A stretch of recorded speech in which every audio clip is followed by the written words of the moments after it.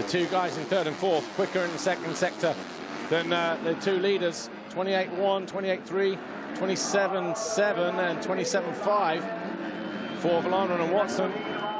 So again, little bits of time. Oh, and Vlaanderen wasn't clean over that step up in the background. Watson is right there, ready to pounce, knocking on the door for a third place finish here in Moto number 1. And not good drive past pit lane there for Prado. There's third and fourth. Jonass cuts to the inside. Prado looks to go around the outside, looking for something different. There's third and fourth. Vlaanderen and Watson.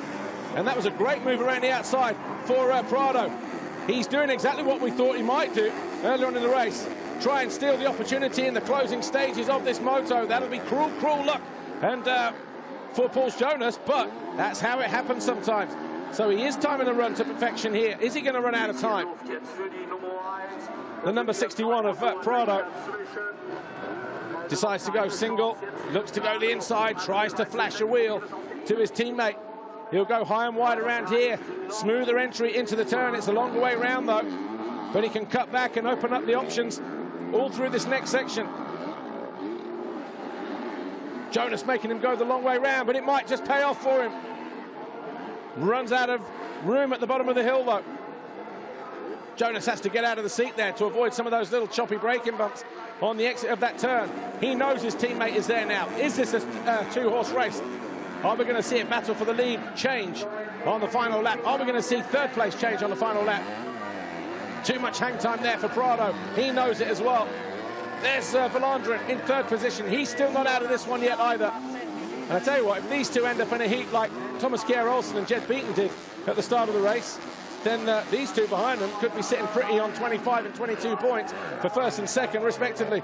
That's how close it is. 4 riders on the same piece of track, heading downhill as we start the final lap in just 2 corners' time.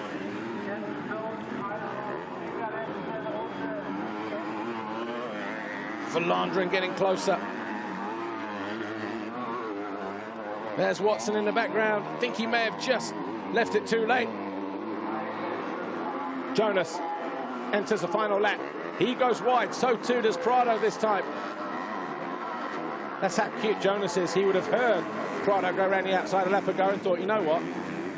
I'm not going to take the risk this time around, taking the line away from the Spaniard. So that's one area. He wasn't even close enough either, but it didn't allow Prado to get closer a lap ago to his teammate. He's got to throw everything out there now, leave nothing to chance. Again, Jonass will go defensive. Second rut. No, he goes wider than last time. But not clean coming out of that final, that top left-hander for Prado. Again, he'll try to dance his way around the outside, get in and out early.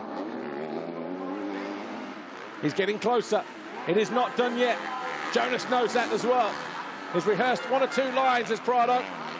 Getting a little bit untidy, though, as he tries desperately to reduce that gap, to try and execute a pass in the next few corners before the checker flag.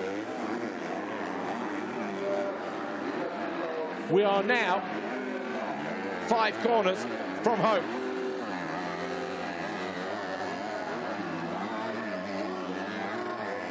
Uphill for the final time. Jonass, Prado.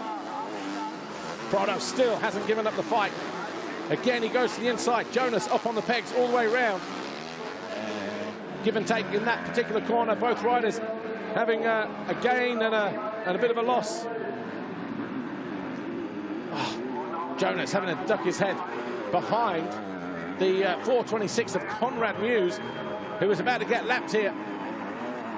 Jonass, though, past pit lane. No time to celebrate with his team.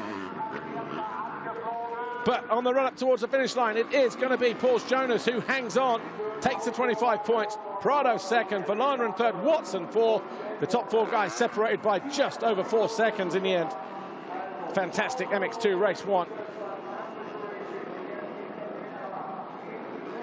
Conrad Muse not happy in 23rd. Watch this, Jonass, Z4, oh yeah, lays it down. Unintentionally. The only mistake he makes right at the end, and he fell right in front of his teammate as well. But